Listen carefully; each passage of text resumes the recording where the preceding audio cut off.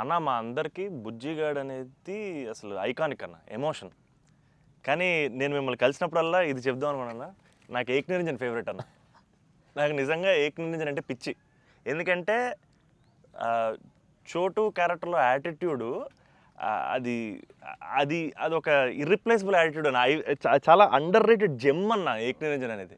అంటే మీ dressing pattern అయి ఉండొచ్చు, నాకు చాలా ఇష్టం అన్న. మీరు ప్లెయిన్ షర్ట్ వేసి టోన్ డెనిమ్ వేసి కింద స్నీకర్స్ చేశారు అప్పుడు. అండ్ అది అసలు అండ్ హ్యాండ్ కప్స్ ఉండేవి, మీరు బౌంటీ అంటారు కాబట్టి దాంట్లో.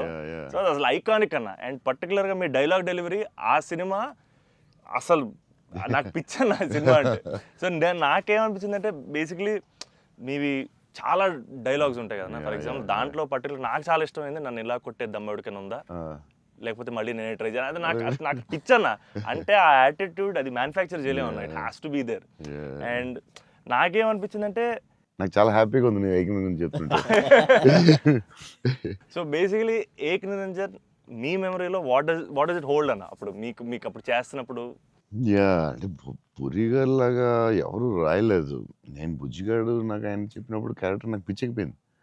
నాకు టెన్షనే వచ్చిందంటే ఇది ఎలా చేయాలరా బాబు, నేను ఎప్పుడు చేయలేదు ఇలాగా.